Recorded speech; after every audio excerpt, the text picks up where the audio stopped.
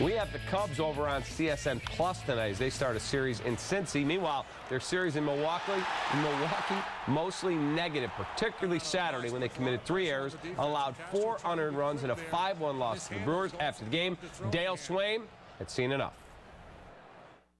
We're making a lot of the same mistakes. If they're not, somewhat mental, they're physical. So, obviously they're young, but we're making mistakes that rookie ball people make. Winning the big leagues, you have to have people that perform in 162 days, and not once in a while. You have to perform. It's the big leagues. Otherwise you lose your jobs. Do you have any options? I mean, there's no real personnel options, are there here? Well, there's always options if you can't play. The next morning, Sunday, Swaim threatened some of the players, including his stars, with a trip to Iowa. Quote, if people keep playing like that, you have to find options. Give people playing time at AAA to figure this stuff out. Bottom line is you have to perform. I don't think anything is invincible if you're not performing. There have been some mental mistakes. You don't get to see much, but we see it. I see it.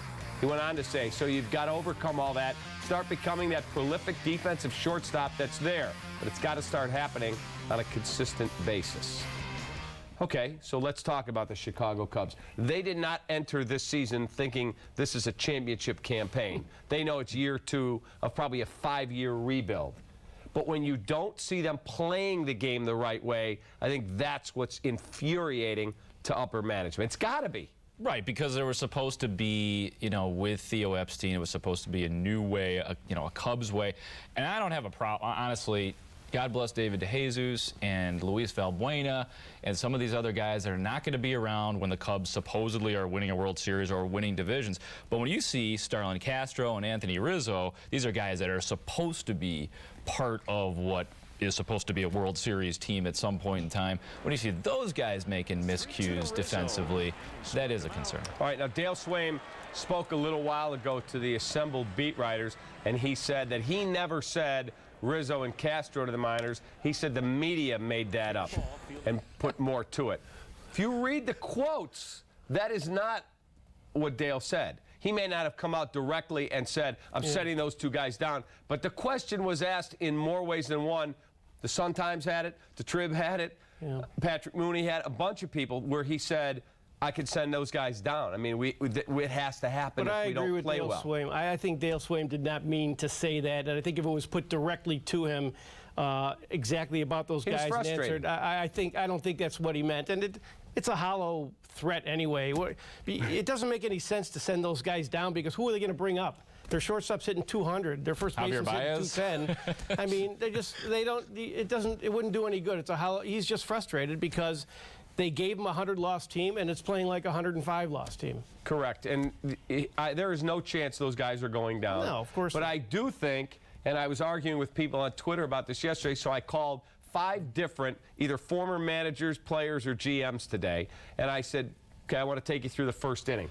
First at bat of the game yesterday, David DeJesus reaches on a 2-base error. He never moves off a second when Starlin Castro strikes out on 3 pitches. And he said, the guys I'm talking about one former manager who said to me, his approach is wrong. Put it in play and hit it to the right side. Those are the things he has to learn how to do.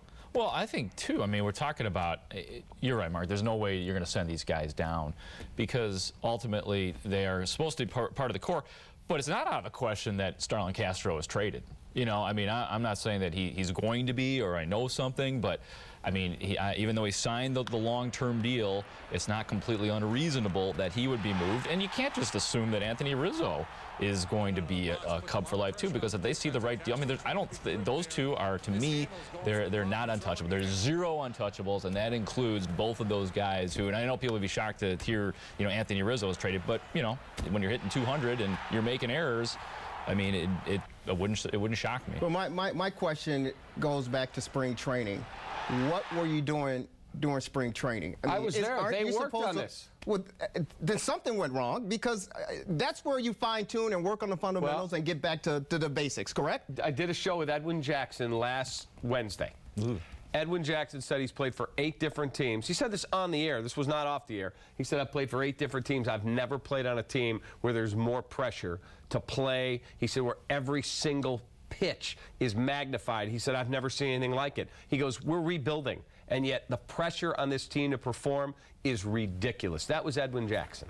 That's interesting, and he just came from the Nationals, right? Right. So, I mean, he understands what it takes, and I think he's a better pitcher, obviously, than what we're seeing. And it could be based on the clubhouse and the locker room and the fact that there are no really true leaders on the Cubs. Exactly. Okay, so then, well, hold on a second. I mean, if Edwin Jackson said that, isn't that like a huge red flag for Edwin Jackson as part of your future? Because he have a 4-year deal with the Cubs, so he, in effect, is supposed to be around. I mean, so if the pressure's there now, he has no idea what the pressure's like when the Cubs are winning. He said he has no problem with it. He goes, I've played in places where we're in a pennant race. Yeah, but he says he's feeling the pressure, though. And he just said he's never seen a team be as scrutinized and have as much pressure on it on every pitch. He goes, guys feel like they have to go out and be perfect. Right. Welcome to the big leagues. I mean, he should know. He's playing on the other side of town. He should know what it's like. And obviously, it's more intense in Chicago, but the Cubs are getting a pass. I mean, does he not realize that?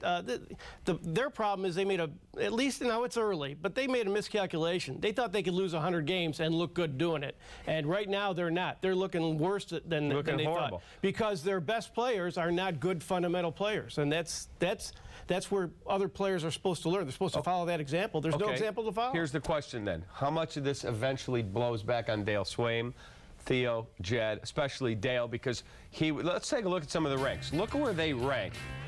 Win percentage, 27. Runners in scoring position, dead last. Bullpen ERA, 24th. Errors, 29th. I mean, that's why you're off to such an awful start. At what point does it blow back on Dale and his coaches? Because it won't blow back on upper management for quite a while. I kind of disagree, because Dale Swaim is a powerless manager. That's why Dale Swaim was brought in. They knew this was a guy that they could trust, that they knew him from Boston. He didn't even get a chance to be the manager in Milwaukee interim-wise, Dale Swaim. So to me, this is a guy that they control. He has no power down there. It's when Ian Stewart, there's a story every day on Ian Stewart, which I just can't understand the obsession with Ian Stewart and when he should never have been re-signed. Never should. And I thought I was shocked when he was re-signed. And every day there's an update on Ian Stewart because Jed and Theo are obsessed with this guy that eventually he's going to be the third baseman for the Cubs. And it didn't work out last year. He's either injured or he's not good. So it's those two guys telling Dale Swaim what he has to do. I don't know how much power he had with Carlos Marmol or any of the situations. But Dale Swaim, I think, was asked to do one thing, or is being asked to do one thing, and that's make this team play better in August and September than they well, at least will look in good April. Playing fundamental He's baseball. supposed to bring these young kids along, and right now he's frustrated because it's not happening. It is early. I don't think anybody, even especially him, should not panic about it. But I think that's where the frustration comes. That's the one thing I think he feels pressure on, is for these guys not to hit 300 with 40 homers, except for Rizzo, I guess. But just for them to play better and become better ball players and make some progress and give people a light at the end of the tunnel. And I think he feels the pressure to at least show that. And right now it's not happening. You know what? He's just feeling the pressure of being in a big league town, so to speak, managing the Cubs. But the reality of it all is the fact that this is a minor league baseball team. That's what it is. They may as well be the Kane County Cougars for all practical purposes. And Dale Swaim is trying to come to grips with staying on a major league mentality, but realizing that he has a minor league baseball team out there and a very poor minor league baseball team out there, and it gets to a level of frustration, and he really doesn't know what to do or what to say. If the Kane County Cougars played at Wrigley Field, I'd rather see them there than the Cubs. All right, Cubs and Reds tee it up on CSN Plus tonight. Todd Hollinsworth and I will preview the game at 5:30. Len and JD have the call at 6. Find CSN Plus in your channel locations. Log on to csnchicago.com. Use our channel finder. All right, technically, Blackhawks